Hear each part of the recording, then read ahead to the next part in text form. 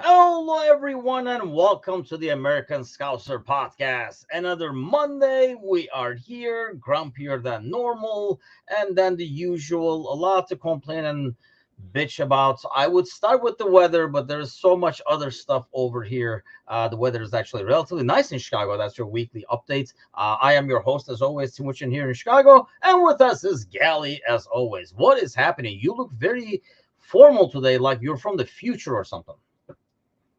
I don't know if I'm from the future. I might be Oh, like the stand. whole outfit looks like when people come from the future, that's kind of like what they're wearing. Oh, So it is true. I have that that whole shimmering zing.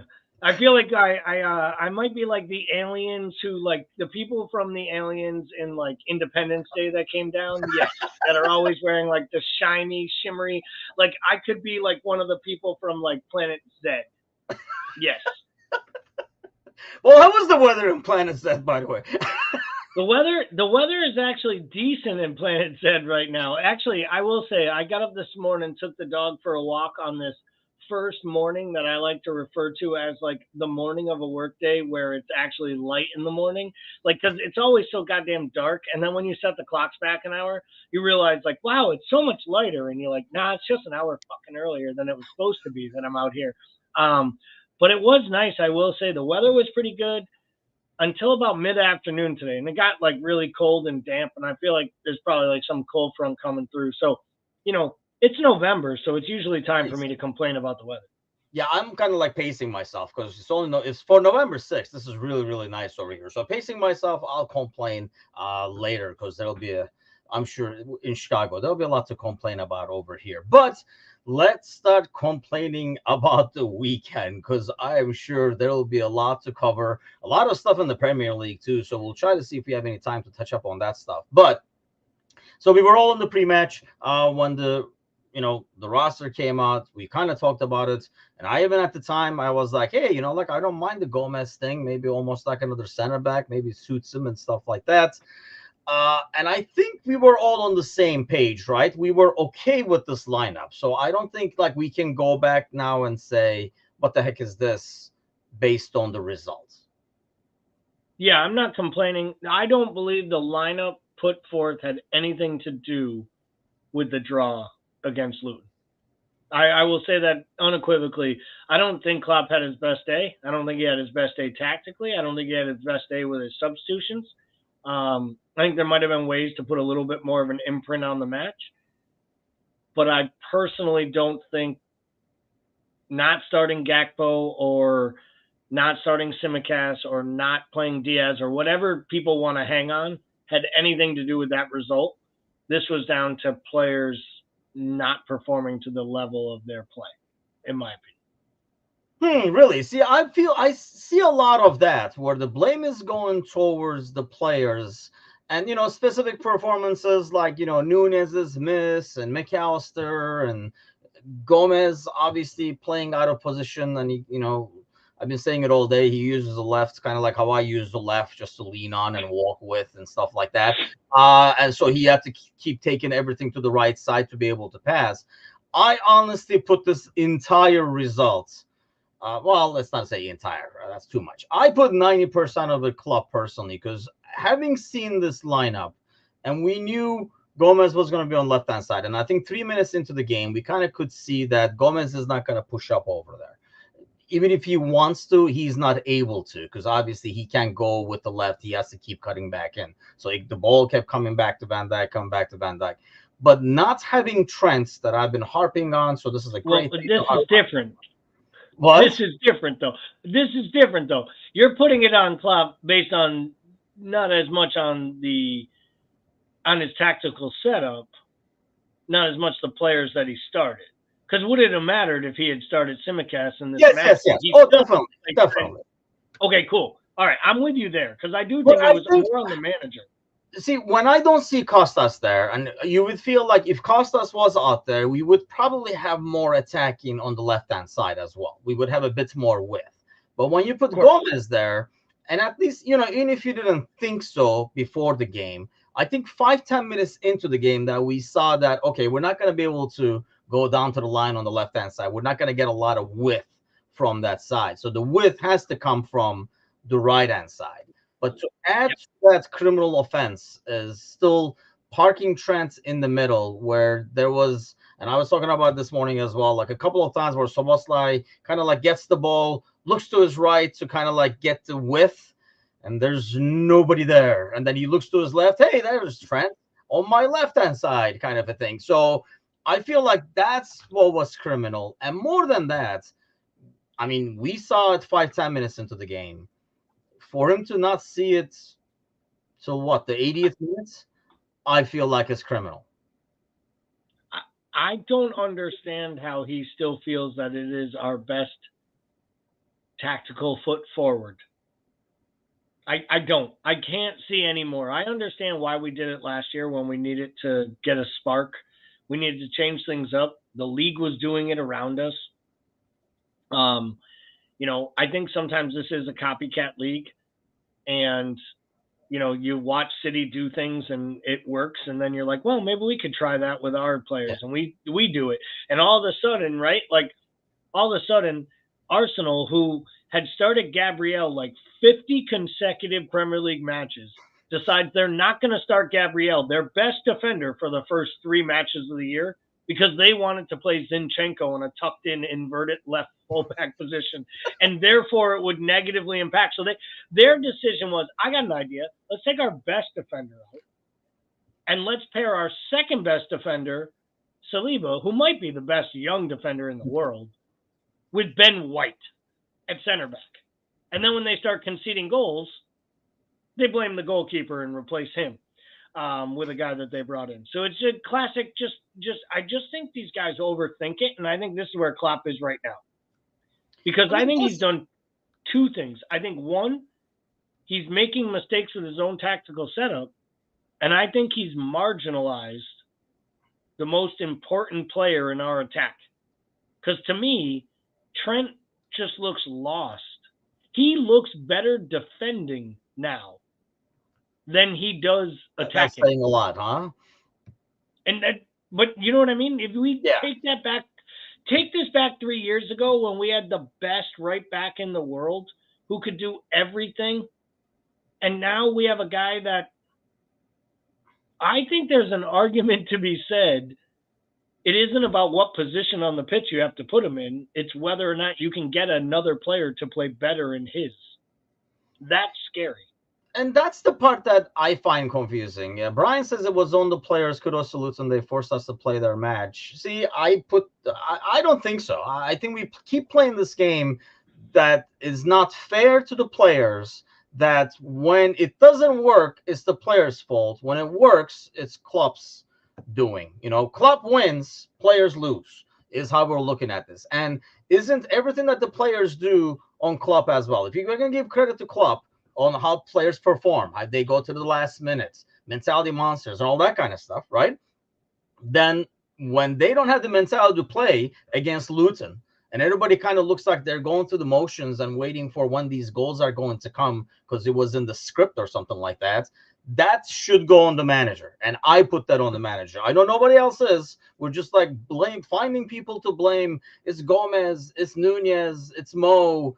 They didn't score. They should have scored and stuff. Okay, so when they score, Klopp gets credits. When they don't score, they get the blame. I don't think that's fair on the players. Yes, some players did underperform severely, but if you're not seeing that issue of the only times that Trent was dangerous was when he was on the side crossing. I was like, hey, look at that. We have a right back. He's whipping those balls in that he always does. Or even from like the back in his old position, he was like kind of like doing that curve, like inside ball to Mo for Mo to run to and stuff like that. All those things, like you're saying, we used to see from the world's right back, like the world's best right back, were the only times were effective. Otherwise, he was sitting on McAllister's lap, making life harder on McAllister as well, who's somehow getting all the credits too. And I do admit that if maybe Fabinho or the number 6 is on the field, that counter probably doesn't happen because they either stop it before it happens, or I think, it's a foul or something like that. But yeah, I just definitely disagree that it's on the players on this one, because we did not make any adjustments.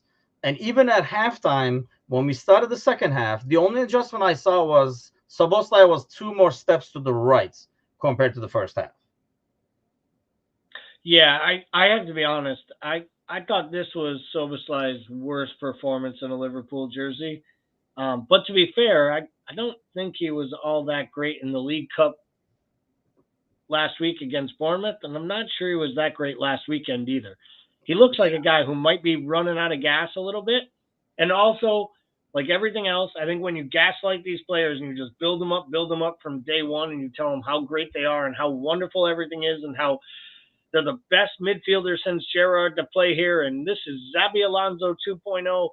I just think it's natural eventually these guys, whether they say they read or listen to the media or not, they clearly do. Because it always feels like right when they get anointed is right when reality smacks them back into life. And he looked like a guy this weekend who didn't look like the best player on the pitch. He didn't even look like one of the best five players on the pitch. And he was playing against Luton Town's midfield.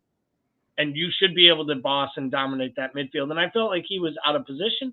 I felt like he created some, like, he was turning the ball over and losing it in weird spots. Just maybe it was just an off day at the office, maybe the type of team. But I just feel like a lot of times that's the type of side we signed a creative player like him to be a force in our midfield. And, you know, comes back to the old Thiago adage from last year, like, oh, we got Thiago to beat the low block, and then when he doesn't beat the low block, you're like, damn you, Thiago! Like, I mean, I You would had just be one happy to see. job. I think, see, with Soboslai, I almost feel like some of those balls he lost, he looked like he had zero outlet. And I think I know, like, I have this agenda here that I'm going to keep pushing, but I feel like it's the root of all evil. It is like the cause of all problems over here. I feel like it affects McAllister's play because he has no space. Because, like I say, Trent is on his lap. And then, like I say, Soboslai, there would be times where he had the ball and he needed an outlet, and there was nobody there. And Mo is almost like very isolated on the right hand side, which sometimes that's to your advantage. But when you have no width on the left hand side, they only have to worry about the right hand side. You always see now there's a guy marking Mo, and then 5 steps behind, there's the other guy, like the layer to come in and sweep it off. And when there's no overlap, and Soboslai is the only guy who does that, but who does that occasionally. On like we score several goals like that now, where he runs that to the byline and then like crosses the ball in, like last week Nunez's goal and stuff. But it just feels like there's no outlet there on the right hand side, which affects the midfield. Which I was going to ask you. Like obviously Gravenberg was probably the most lively out of the three, but do you think? I mean, this midfield, we talk about them being creative against the low block. Is it because, like I say, I personally think it's lack of width this week, but what do you put it on that? We really Well, didn't I create agree that with many you. chances. I do agree with you. I think the lack of width was the biggest issue in this match specifically. I don't know, and we talked about it in our Discord channels. I know I made the joke like, "Don't let him die on this. He will die on this island." Because I knew where you were going. As soon as I literally saw you starting to type, and it was like dot dot dot, and I almost jumped in and was like, something about an inverted fullback not being a good idea. Um, and I do agree with you. I couldn't agree with it more. I think the midfield didn't create. I think Gravenberch was the best of the bunch, but I don't think he was that good either. And Yeah. I thought McAllister was really poor. And I'm getting to the point now where I'm just coming to grips with the fact that we are convincing ourselves that McAllister can play the six because Klopp keeps playing him in the six. Yeah. And it's like Klopp's almost convincing himself he can play the six. And I know it's a really, really rough weekend when someone is like messaging me login credentials so I can go in and watch the Copa Libertadores, so I can watch Andre play to decide if he's going to be an improvement at the six. And I will say he was mighty I was impressive just say, in that will he match. be an improvement at the six? He's really good, man. I got to be honest, he's really, really good. Like you can see why he is actually playing still in Brazil, and starting for the Brazilian national team, which doesn't usually happen. Most of their national team members are all European Yeah. players at this point. Um, I think he's a very, very solid. I think I saw somebody just mentioned they would have preferred to maybe play Endo. I, this isn't the type of match you bought Endo to play against a team that you Yeah. don't need a holding six. So this should have been a match that McAllister made the most sense. It just didn't seem to make sense, and I think it all comes back. I hate doing this; it always pains me to say you're right, but I think it all comes back to playing Trent at the right back weakens Soboslai, Mo, and McAllister. And by And what do we doing get that, in return? our best offense, the player in which we created what was once the best attack in world football and was the focal of it, is now a marginal player at best. I feel like we took his best skill set, which is creating goals, and we almost like by tucking him in, it almost makes him realize I'm just a defender. And then he gets bored. And when he gets bored, he doesn't look like he cares, which usually leads to more mistakes. I think, obviously when we first did it, it worked because it caught everybody by surprise in the Of beginning, course. right? It was like, what the hell? Like there, and then it was working like a charm. We were like, oh yeah, everybody was like, he should be in midfield. And honestly, like if these games does not show people why Trent should not be in midfield, I don't know what to tell you because you can see the defensive work rate, you can see the lost balls, you can see the careless, like how careless he is with the ball and stuff like that. So this is why, I was never a big fan of him being in midfield. But everybody was like, oh, like midfield passing. Then teams adjusted a little bit, right? They started to cover Trent and kind of focus a lot on him, which kind of opened up the right hand side for Konate and Matip and stuff like that, and they could play the through balls. But now everybody's kind of like used to this thing, and they know, and it's very easy to defend because literally those two guys in the middle of the field are on top of each other. So you can just be in the area and you're covering Trent and like Mac at the same time. And I feel like Trent forces some things now because it feels like the only reason I'm here, kind of lost, is so I can create stuff. So I feel like he forces some stuff, whereas a lot of Trent's offense really came from just like instincts, and not to mention like the run of play. Like it would work out where we would set the triangle, play the ball back to him, perfect timing to grab, whip the ball in. It was kind of like with the flow of the game. Now it almost feels like he's trying to play that Thiago role, like we're talking about, where take the ball, look around, and see if you can make that perfect pass.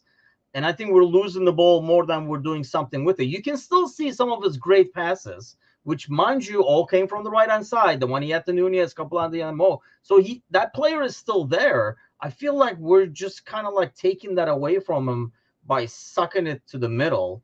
I guess the big question now is, well, the wishes will come true where Mac will not be available in the Brentford game. Who do you think we will see as the sixth there? Do I believe it should be Endo? I do. Do I think it will probably be Curtis Jones? I do. Really? Okay. And I don't love it. And I don't love it. And I'm a big Curtis Jones fan. I've come full circle on all Yeah. that. I think he's earned every bit of the right to make the claim that it's his, not Gravenberch's job, and that Gravenberch has to take it from him. And I think that type of competition is great. And maybe it'll even be Gravenberch playing deeper with Trent more in like that double pivot. Until Klopp shows me he's willing to start Endo in the Premier League, I'm not going to believe he's going to start Endo in the Premier League. And that's my problem. And it's the week before an international break. Yeah. Coming off of most likely Endo playing again in the Europa League. Now, maybe with Jones, so who knows if that has anything to do with it. I have this feeling it'll be Jones, Gravenberch, and Soboslai when we line up against Brentford, and what at this point is pretty much a must-win going into the international break, leading into the City match. And it's a scary game. I honestly think that's a scary game because that's a team that can counter. And now that's why I wish we would play Endo, because you do need somebody who can stop those counters. Cersei says it should be Endo. Yeah, Trent or Soboslai will play 6, and Gomez will play right back. Yeah, I think Gomez goes back to right back. And like I said, it's hard to criticize Gomez because I thought he did well for what he can do. I mean, he just doesn't have a left foot. It is what it is. I mean, I, it's the same as if you play Robertson as right back. I think you're going to get the same exact performance because he's the same way. He uses the right to kind of lean on and, walk with. So that's you're going to get the same thing. Go ahead.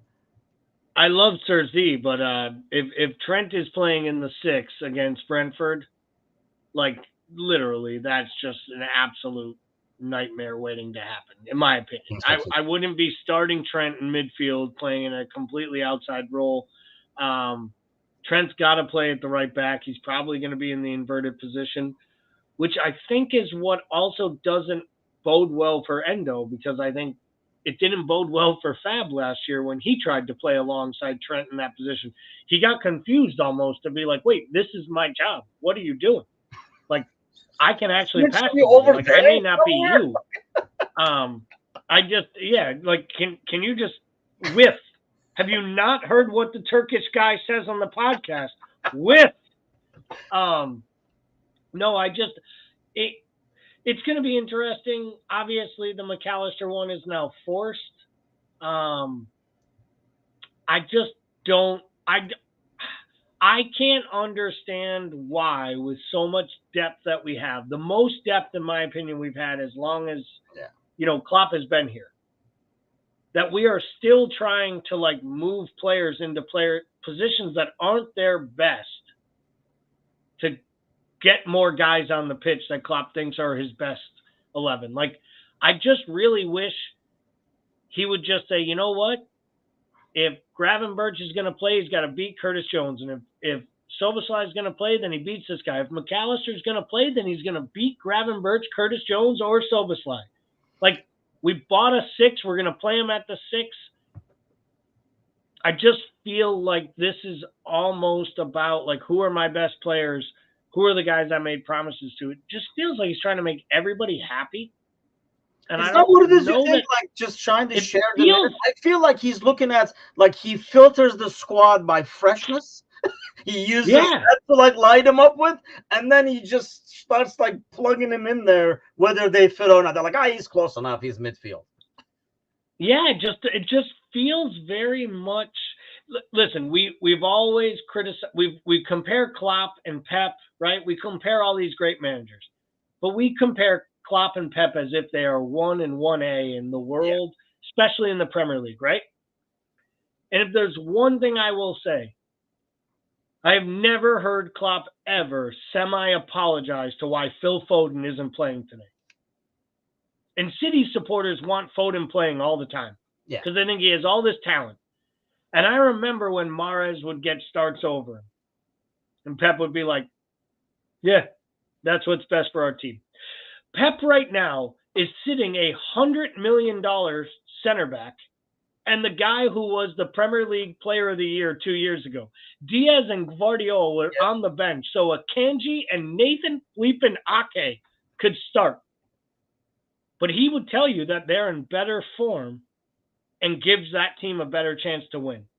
And that's one thing I do think I give Klopp like a slight edge, or that I give Guardiola a slight edge. His man management isn't as good as Klopp's, in my opinion. His ability to actually rotate a squad and be ruthless when it comes to minutes played based on form, I think is at a different level with anyone in the world. I mean, he was playing Rico Lewis last year. Over Kevin De Bruyne. Like, because Klopp finds it like a lot harder. I mean, we've seen this before when we sign people. Like, he wants like 100% trust before like he puts you in there, and he will rather put a guy he already has 100% trust in, even if he's out of position, than you, who maybe have only 80% trust, but that is your natural position and that is what you do. And yes, it does get frustrating, but that's why, that's why I wanted to pull the line up first, because I don't want to be one of those guys where we were okay with it before the game. I don't want to look at the result and be like, well, it's easy to say then, well, this guy should have been here, this guy should have been there. When we looked at that lineup, and we even said, I think actually you said it, Gally, that out of our front five, any three should be able to play and score against Luton. And I think part of that goes, I mean, if we're going to talk about the players, but while it's on the players, I think that's partially on the manager as well. They just did not seem like, body language wise, urgency wise, that they were up for it, that they were just like going through the motions and it was going to happen anyway. What's the rush? They, That's like the attitude I saw all game. they did look like a side, unfortunately, and they looked like a side who believed they were going to find a way to win that game, all game.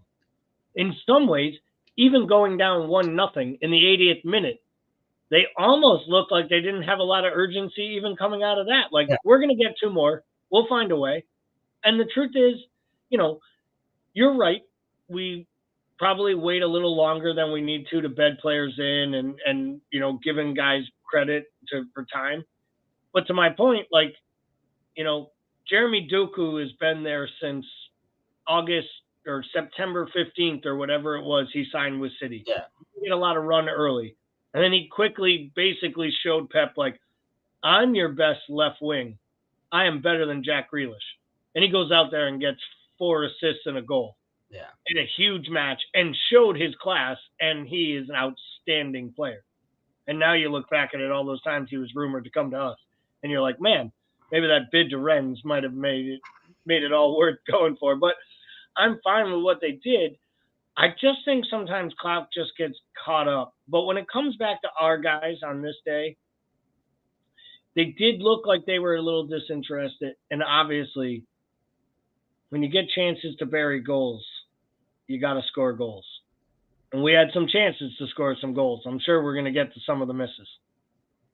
Yeah, and that's the thing though. I did not feel like, I don't know, like there are some games where we've played. I mean, this game was like frustrating as hell, and it's one of those games that like it reminds me of the Spurs game for totally different reasons. That I would get over it, and then I would either start talking about it or read about it, and I would get pissed off again. So this game is in a totally different way. I have the same reaction to. Like I got over it after Sunday evening. Then this morning we talk with Mateusz, I get going again. And then now I get going again because it really aggravates me because watching the team play and the way they played, like, and there is a big difference. Everybody's like, oh, it's about, Klopp was talking about in this post-match too, about like being patient. You can be patient, but you can still show sense of urgency. And you can still show that, hey, we got to get going here. It just did not feel like, yes, we did get some chances, but when a team is sitting that back, you will get chances. I mean, something's going to bounce your way, right? You're going to get open. You're sending balls in and stuff like that. But it was not one of those games where you said, man, we just can't get the ball across. Like, we didn't have so many chances with the position you have and with the opportunities you have and with the opposition you're playing against. It never felt like we're dominating this game. I think, like I was saying it this morning as well, there was maybe a minute, 90 seconds total during that game where I felt like it's coming. Like the pressure is building. We're about to score over here because you get that sense. And the other team gets that sense too because they're on their heels. We never had that. Whenever we were getting close, we just kind of like slow down. Yeah, I will agree with that. I never felt good watching the entire match. I mean, to be totally honest, normally when we score a late dramatic winner or tying goal, winning goal, I am like running around the kitchen. I'm jumping around the house. The dog is freaked out. I do laps. I spill beer places. Like it is usually like excitement. There was none. It went in and I felt this like, I have to say, like I barely even celebrated. And then when I noticed it was Diaz, I was really excited for him. Yeah. But I was kind of like, all right. I wasn't like, normally that's when I'm like, now let's bleep and go and win this thing. Like, we got time. Yeah. It was such a relief I felt like we went on the road to the worst Premier League side I've seen them play since Klopp got here. I'll argue that's the worst overall footballing side they've played. Possibly in terms of squad, yeah. Maybe one of those Norwich teams that yo-yoed up and down. Maybe. And even that, like, they could always play a little football. That team can't play football. That team is Norwich at least could attack and get some goals. That that is a League One side, people. Let's be real. Carlton Morris is a Premier League striker. And other than that, they are a League One side. A bottom half championship side that had an amazing second half of the season and got lucky to get through the playoffs. Yeah. They will go down, and we will never hear from them again. They are Huddersfield all over again. They are not coming back. They have a better chance of playing in League One than they do playing in the Premier League after this season. Yeah, they don't look like a side that, you're like, if they just get this right, you just don't get that feeling from them. And, they obviously they were going to be up for a game. Brian says we didn't go onto the front foot until Harvey came on. I think he was the only one with a sense of urgency. And that's what I mean. Like, you can see from certain players that they had a sense of urgency the way they were playing. And does not mean they were rushing things, does not mean they didn't have composure, but you could sense.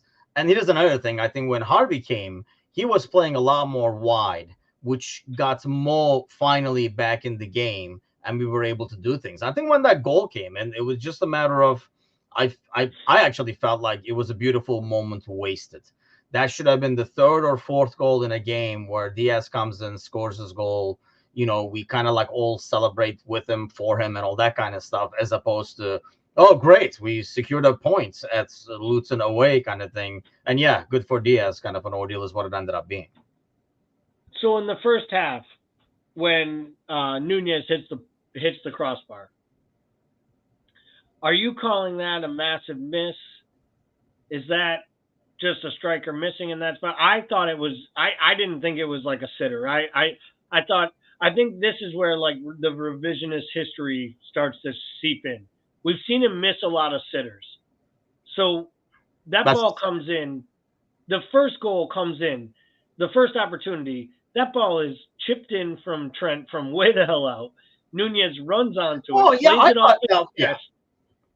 He plays it off his chest, plays it straight down to his foot, hits a straight one-time volley and gets perfect connection, and it ricochets off the post. And immediately Facebook and Discord and Twitter and everywhere is Nunez misses another sitter. And I'm starting to think to myself, when Suarez made that same goal against Newcastle, we all called it world class. But because Nunez hits a post off of it, it's a sitter. It felt... I didn't understand. I thought I missed something. Like, I really thought I missed something when I saw all the comments, like on Discord and stuff like that, and on like Facebook. All right, good. I gotta go back and watch this because it felt like it was not that easy. Like the first one, yeah, not even close. I agree totally with you. I do not understand why people have so much outrage over that one. I thought the volley that fell to Mo off the corner, though, was still a very difficult. It was a soft falling volley on his left foot, and he kicked the thing, completely sideways.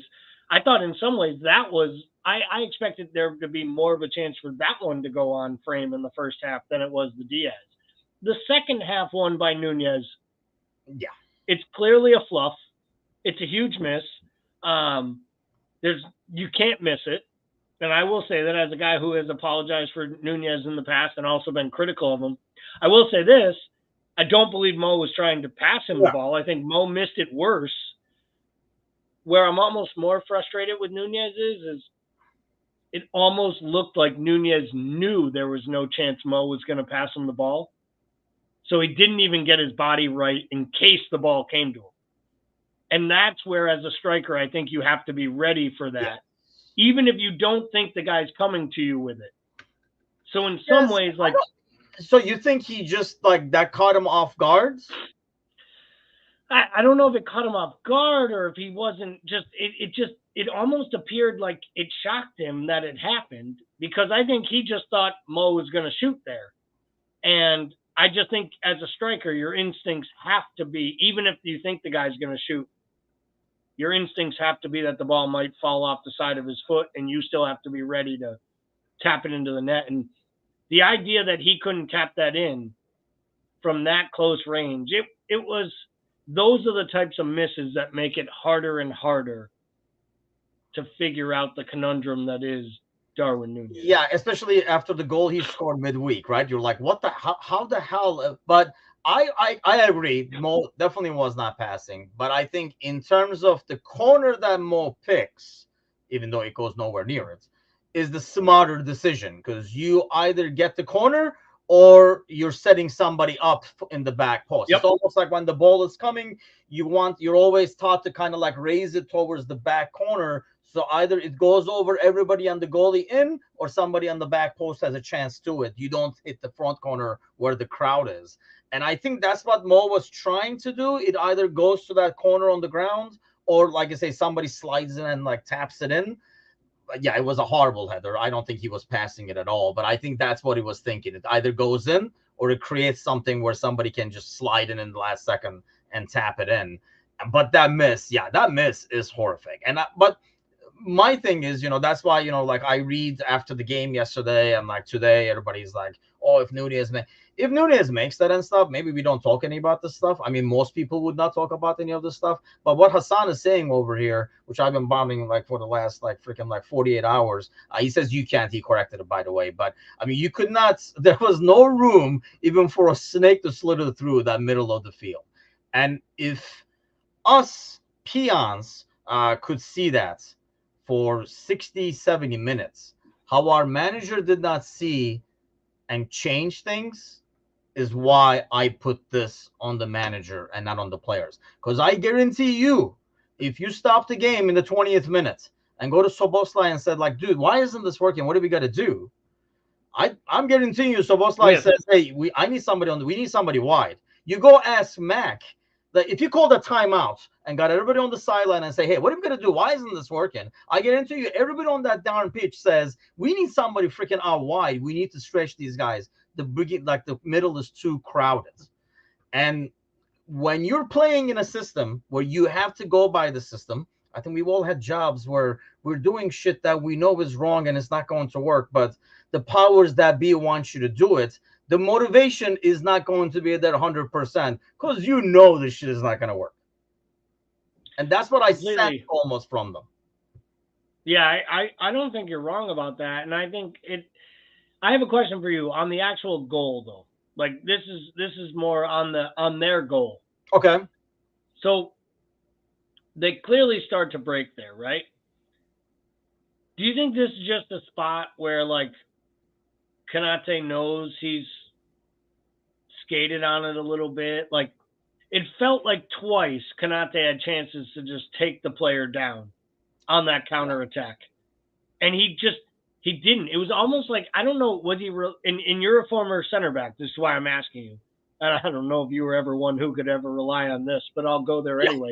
I was probably Konate's like quarter of Konate's speed, but okay. Well, this is where I'm going, brother. It felt like he thought he could rely on his own pace, that he didn't have to take the player down. That because of his pace, he could get back in position and or defend that. It just felt like an opportunity to just clear the guy out, take the yellow, like just chop him down. Yeah. He had him right before the halfway circle. And then he kind of did that like skip thing where he went over him. And then before you know it, he was 2 feet. And then he kicked it out to the right. And then before you know it, it's coming back to the middle and slotted under alley. And we all know the rest. Like as a center back, where is it in your mindset of like, I'm taking this yellow, I'm taking this red, even if it has to be. I'm not giving up a goal. Because it never felt like that ever came into play in Konate's decision-making on that, in that moment. Yeah, I can't relate as much because I don't have the dude's speeds. And, you kind of like, you either make a tackle, and that's why I feel like, when I was saying earlier, instead of McAllister, I think you have Fabinho out there. Fabinho's making that tackle, similar to what freaking Fernandinho used to do at City forever. A smart defensive midfielder is going to take, right? You either get the ball or the guy, but one or the other. There's no third possible outcome. You kind of want Konate to do that at that time, right? Do the sliding tackle. Because if he slides, he's either getting the ball or he's flooring the dude, one or the other, and roll the dice and see what happens. And, maybe take one for the team at that time. Because that's what, Fabinho would be doing. It's probably a yellow when you're stopping a counter in the front of the box, too. But You got to take one for the team at times, and that's what a defensive midfielder does. That's what sometimes the center back does. I mean, Chris says Konate is the one for tactical fouls. He always tries to make a play, and I think that's where the youth thing comes in. Because I think an experienced player, and I'm saying it as an old fart, obviously, an experienced player does know that, hey, which one is more important and which one is more possible. And you do the guarantee play. Even if it does get you a yellow card, you do the guarantee play, especially in a tie game. It's 3-0. You're hauling back, whatever. I get it. I get it. I don't. But you got to understand the situation. And I think that kind of goes with age, though. I mean, and not to mention sometimes an overall. I mean, Van Dijk has been like that over time. So you don't see Van Dijk take a lot of tactical fouls either. Sometimes that's a little bit cockiness or too much belief in your physical ability. And when you can do it, it's like, holy cow, it's great. If you can't, you're like, what we're talking about now, why didn't you take one for the team? But I mean, come to think of it, I can't think of a lot of scenarios where Van Dijk has taken a tactical foul where somebody got past him and he pulled. Obviously, you never want to put yourself in that position, but I don't recall a lot of instances over these years that he's been with the team that I've been like, oh yeah, that was a tactical foul. It's like if he was late or something like that, but not a tactical foul. Yeah, Chris says he has absolute belief in his athleticism. And, hey, if I'm Konate, I probably would too. But there are sometimes where you got to think the bigger picture. But I don't know if a young player can process all that information that fast in a situation like that.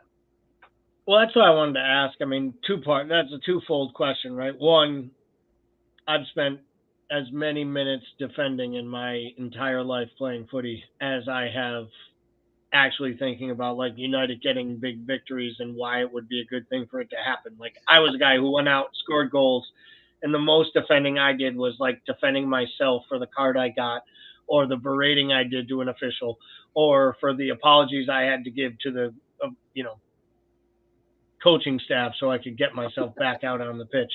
As I was more of a boisterous and loudmouth, offensive Yeah, little you're the shit. guy. You're the forward I hated. Basically, did not help defending at all. Good Oh, job. Keep going. absolutely, absolutely. The only thing I did better than upset you was probably get under your partner's skin because I upset one player and I got under the other one, which meant one was going to take me down in the box and the other one was going to kick me when I was down. Like it was never good with me. Like I don't have many records at my school, but I do believe I have the fastest red card in the history of a playoff game because I got sent off about a minute and a half in because I That's basically nice.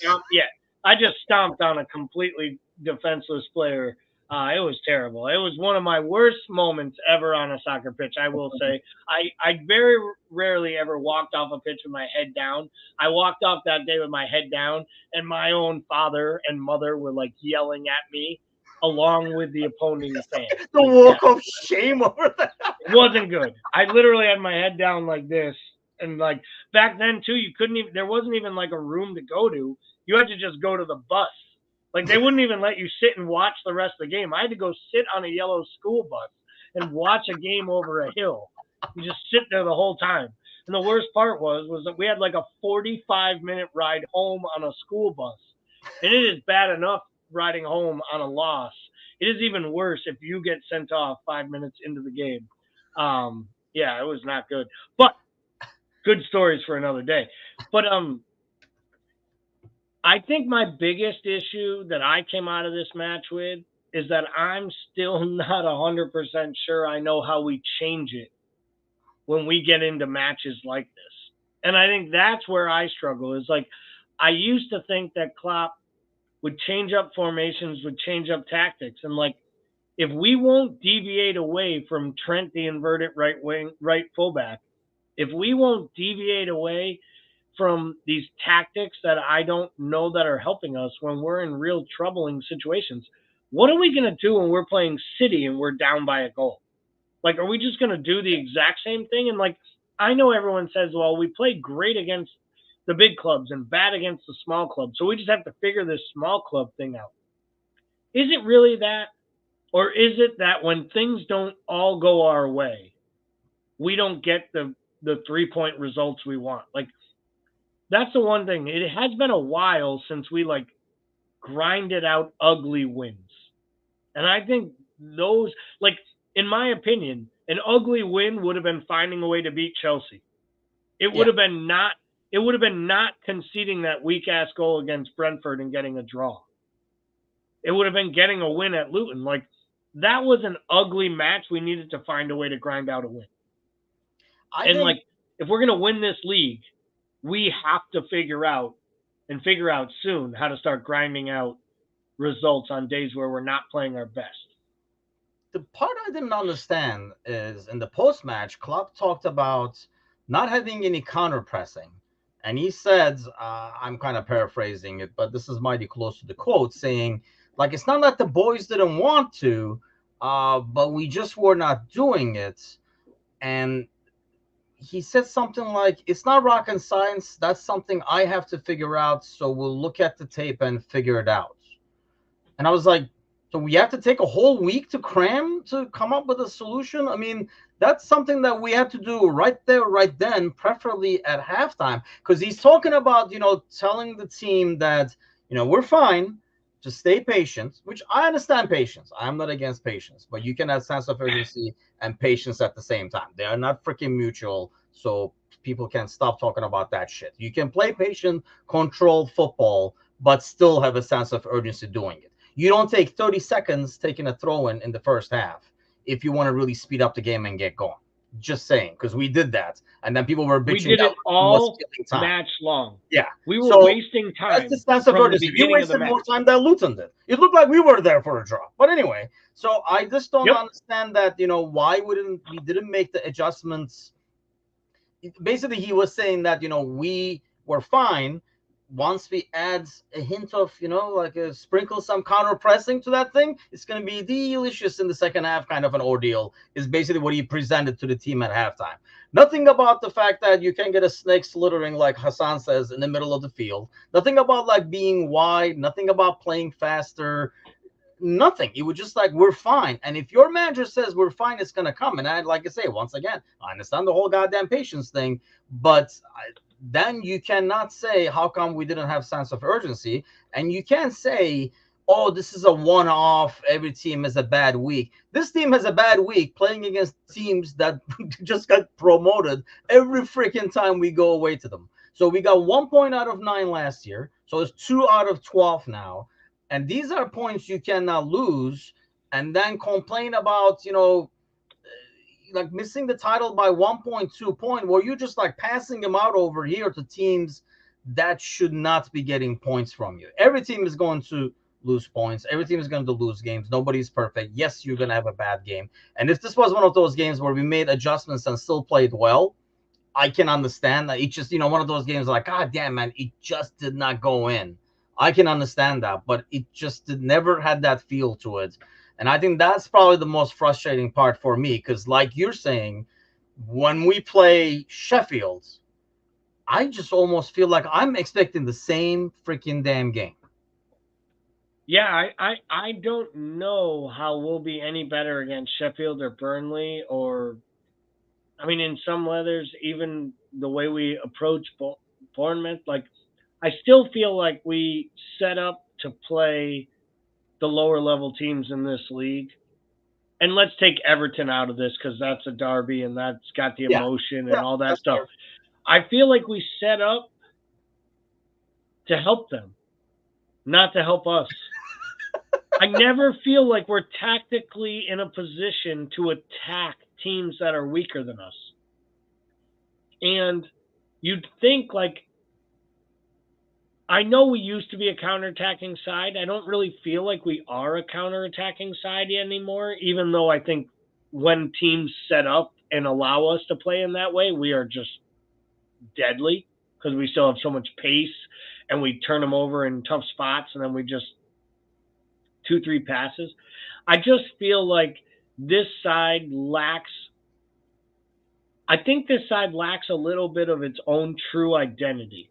And I think part of that is that Trent always, and I don't want to go back to this, but because we've banged on it, but I think Trent created our identity. I think Trent was the focal point of our offensive attack, even if Mo was the highlight of said attack. Yes. Trent made it happen, and Mo finished the action. And I feel like when you remove Trent as our Kevin De Bruyne, when you take him out as your catalyst, I think everyone is just like questioning what their overall role in it is. And because we don't have a true identity, I think it makes it a lot harder for players to step up and have those like wow moments like we used to see where Ox would step up and be the man of the match randomly. Yeah. He would just come in and do the job. Genie did it for a while. Like random players would be the star of the day. And I just feel like in some ways we've gotten away from that to the point where it's like we don't have a true identity, yet because results are working, everybody thinks it's got to be right. And because we all question or we all criticize those who question the manager, can't even. I think that's a big part of it, yes. And I understand people saying, hey, it's been working, like this chance being indoor, like we haven't lost so many games, blah, blah, blah. And I'm okay with that. Like, if this is how you're playing, I'm okay with that. We were talking today as we were all watching, like, the Tottenham game about, like, how come they're not making adjustments? This is how they play with the high line, even if it's 9 guys. Well, you see how that stuff, you got to be able to adjust. I will admit myself How'd that that work? we were talking in the pre-match. We never, like, I did not even anticipate. I felt like, okay, Gomez being there, he's a center back anyway. That's what Robertson couldn't do. It will work well, and then we will attack from the right-hand side or whatever. But 10 minutes into the game, I was like, well, damn, that was wrong. I didn't think it was going to be this poor on the left-hand side, especially with Jota in front of him. It's not even like we had Diaz in front of him, somebody with pace and stuff like that, that Gomez could support. There was nobody on the left wing Gomez could support even if he wanted to, because Jota automatically kind of like tucks more in, because that's more his natural position. He's not a winger. But seeing all these and not making adjustments is what kills me. I understand this works, so we do this, but you got to be able to.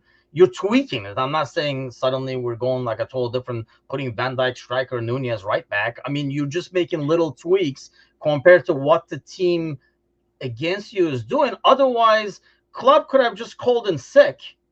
Just don't even go to the games. Not if you're not going to make adjustments. We practice it all week. This is how we play. Send them over there and then say 55th minute, take this guy out. You could have just taken a day off. It's kind of what it felt like. I mean, let's be honest. He made substitutions and didn't change a single thing the entire match. No, I think, you put Costas, a more natural left back there. So that automatically helps solve that issue. But that probably should have done at halftime, because it's not like Gomez was going to develop a left foot within 15 minutes of the halftime. It was going to be the same poor Gomez coming out. And I feel bad for Gomez because I thought he did well for what he can do. He's kind of like set up to fail in that situation. Like I say, I'll be the first one to admit I did not see that really happening. But we knew 10 minutes into the game that it was happening. And not to make any adjustments is the killer. So that's now beyond us. 2 points lost that I guarantee you. I mean, we talk about the Chelsea game for lost points. Man, we should have won that. So this puts that Chelsea thing way, way behind the list, because I feel like it's going to be on top of points that we have dropped. Having said that, and bearing in mind that we have now only the Brentford game at home before we go to the international break, and this, for the most part, is in a group that we've kind of wrapped up. What do you expect to see on Thursday? I expect there to be some rotation. I mean, I would expect there to be rotation. It's a Europa League match. I think I don't even know who's fit at this point, because every time I ramble off players' names, someone's like, "Oh, that guy can't play. He's hurt. He's hurt." I saw Ben Doak on the weekend, literally on the bench. I think this makes sense to give Ben Doak a start. I think some people might think I'm crazy. I think I'm sitting Mo on Thursday. I think he can come in the second half and score some goals if we need goals. I'm gonna sit Mo. I'm gonna play Doak. I'm gonna start Gakpo, and I might even start Nunez with him. Maybe a guy who could use a goal, and I expect Gakpo to probably start against Are Brentford. we still there though? If he was a guy who just needed a goal, wouldn't the goal No, midweek last week do the trick? You know what I mean? Like we keep saying that we're thinking he's suddenly gonna break through, but I feel like it's not happening. That's not the issue. Maybe I should say. no, I don't even think it is the issue. I just think he needs positivity, and Oh, every time he okay, plays, I got you. See, I think the problem with Nunez is he either gets 90 minutes and he's the best player on the pitch, and then everyone for a week talks about how he's arrived and how he's better than Holland, or he's the player he was against Luton, and he isn't nearly as bad as everyone wants to make him out to be, but they scapegoat him when we don't win. Yeah. Like I feel like Nunez is almost in a position where he cannot win. Like Jota could go strikers. Jota could go 2 weeks without scoring a goal, creating a goal, or doing a thing, right? Other than turning the ball over and making Matoush mad. Like he could do nothing. And no one would talk about him though. No one writes an article about him. No one argues in a comment. You don't see anything on Facebook. You think that it's the price tag that makes that narrative? I do think the price tag has something to do with it. I also think it's the skill set that you see. It's the frustration in supporters. They want him to be great because they see greatness. Yeah. The supporters love him, and he is fun to watch succeed. Yeah. He's even maddeningly hard to watch not succeed because the whole time you're still like, I want to give this guy a hug because you can see it's killing him. Yes. Like I care more. It always bothered me. Like there are players that look like they don't care. Anthony Martial, right? That dude has never smiled. Like he scored game-winning goals against Liverpool at Old Trafford and doesn't celebrate. It's like he used to play for Liverpool and he acts like, okay. Like every team has that guy, right? Like there are guys where you're just like, do you even like doing this? Like I used to always make that comment. I know you hate baseball, but like there was a guy on the Red Sox who finally won the World Series with the Red Sox, like when they first finally won. He was the closer. And you'd think like he was so excited to get the last out. And they interviewed him about it. And they're like, you didn't seem all that excited. You just won the World Series. And he's like, man, this is a job. I grew up all my life.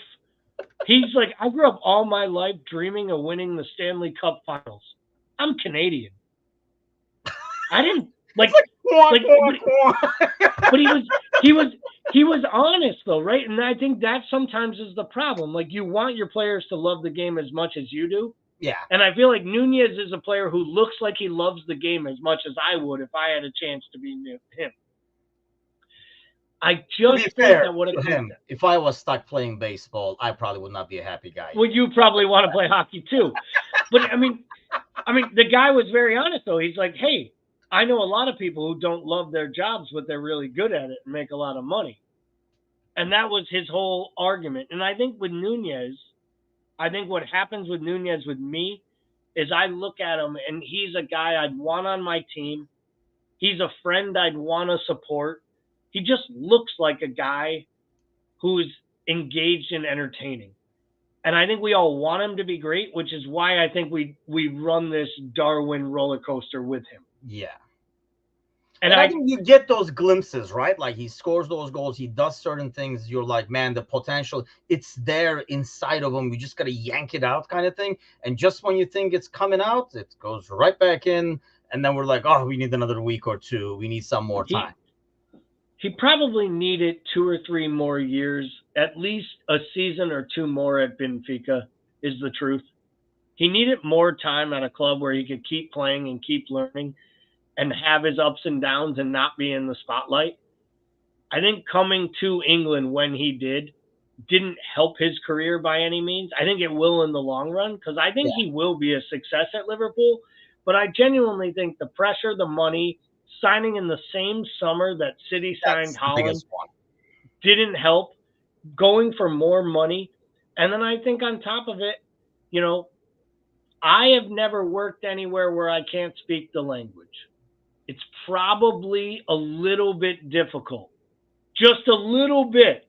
Yeah, I won't work, but I've been in a situation where was first learning English. I was in an American school, and I only knew this is a pencil, and it is my home, and things like that. And yeah, it's tough going in the beginning, but you know what? I didn't have a freaking bazillion, gazillion dollars that I could spend on a tutor and shit everywhere. I was like, hey man, if I want to play Foursquare with these assholes, I think I'm gonna have to learn English. I got a feeling. I got a feeling the tutor he hired taught him more Scouse than they did English because he looked like he doesn't look. He still. I. My favorite is always anytime Klopp talks about it and is like, "Well, the kid had a hard time with English, and the kid had a hard time with this, and it's so hard if you can't speak to him about what you expect and what you want and how the emotions go." And then I love one of the reporters was like, I think it was Paul Joyce or something, was like, how did he respond? He's like, same as he always does. Thank you for supporting me. That's what they taught him. It's like it Thank you was for part of me. I supporting me. laugh. I mean, I feel for the kid, and I think like Rabbit Gunrock says like Darwin is an impact sub, and I think I agree, and maybe we should embrace that. I feel like, and this is a lot of fans. I'm looking at you, Anan, on Fridays over here. Anytime he comes in and he does something, we're like, okay, now he should be the starter. Maybe we should just embrace this role for him for now and say, yeah, you're an impact sub. This is what we want from you, dude. Come in like in the 60th minute and go crazy, and he does really well with it. Why not stick with it? I feel like every time we do it and he does that impact sub role, everybody, and maybe including Klopp, they're like, okay, maybe he's ready for the whole 90 minutes. No, maybe this is his thing. At least, like you're saying, in these first couple of years, until he learns the freaking language, English is not that hard, people. He's And getting again, better, dude. I Give can him barely credit. speak here. That's a different story. But I mean, Yeah, exactly. it is my second language. Come on now. But so, but you know what the funny thing is? Like, this says a lot, but my English is probably better than my Turkish right now because there are times where I speak Turkish and I cannot find the words in That's when the Turkish people on your Turkish podcast are like, can someone get a translator for the guy who was born in Turkey who now lives in America who can't speak Turkish? and I just say thank you for supporting me in Turkish. As Thank a you. response. Thank you for supporting me. Eat it. So let's go with the prediction. Wrap things up with the prediction over here. I want to kind of talk about the Premier League thing, but we'll probably go on. I'm sure you boys talked about it with Kazi in this week's Premier League show. And tune in on Wednesday night to our panel show because if we're able to get the crew assembled, we might have a Newcastle, Arsenal, and a Tottenham fan representing in that panel. There should be some good times It, after this weekend's games. if only there was a Chelsea supporter left willing to talk about their club, we could get one of them and make it a trifecta. But yeah, we did talk about it a lot. We both shared our thoughts. Honestly, we felt that today's match was arguably one of the craziest matches we've seen in years. Like it had Yeah. everything football needs in it. We could have done a 2-hour EPL show on today's 90-minute match, and I Yeah. don't know that we would have got to all the talking points. And I'm still not sure they haven't chopped off another goal in that match. Like VAR decided, like, hey, you know what VAR stands for? No goals allowed, because we will take them all away today. They found a You way to don't get take a away a goal. goal. You don't get a goal. It was They took away a goal, gave a red card, and gave a goal all in the same moment. But no, I'm gonna go. I'm gonna go easy victory. I saw nothing from that Toulouse team other than they're just too good to lose. No, I'm just kidding. They're not good enough to win. Is the truth of the matter. I'm gonna go 3-0, and it's more because I think yes, thank you. I think it's more because dad jokes all week for the guy without children. Um, I think honestly they aren't good enough to pose us real threats. And I think we'll get a goal or two early. We'll shore up shop. We'll win this group, which is what we needed to do after 4 matches. And I think that's the biggest key. Get 12 points, get out of this, put 2 dead rubbers in, and God, hopefully Jurgen won't start players who can't afford injury. Yeah, I agree. I think so. What was your final score over there? You said I'm going to count it. go 3-0. 3 3-0. 0. I'll go with the Timuchin special on this one. My aggressive approach of 4-1s has not paid off. Let's go back to the Timuchin special of a 3-1. I feel like whenever we have like kind of like a disconnected defense, there's always a chance. And really, Kelleher has not really That's the has one been nervous like part. his usual self this season at least. So I feel like yeah, they might get a goal and a counter or something like that, or while we're warming up to the game, as I anticipate we will take like 10, 15 minutes to do it. But yeah, I do think we will win. It was a team that played relatively open at Anfield. So I can only imagine they're gonna play even more open in France, which kind of like opens the door for us to counter and like make some things happen. And the boys can use the morale boost, that's for sure. But yeah, I'll be back Wednesday morning with the morning show. But like I say, Wednesday night, tune into that live show where an Arsenal fan chokes a Newcastle fan as a Tottenham fan cries in the background counting red cards. I call this week the comeback is karma is a bitch week in the Premier League. So it'll be interesting to get some viewpoints, hear those guys. I know they were already kind of bickering back and forth in the Discord channel. So it should be a fun one. Join us then. Until then, though, have an awesome week, everybody. We'll see you guys next week.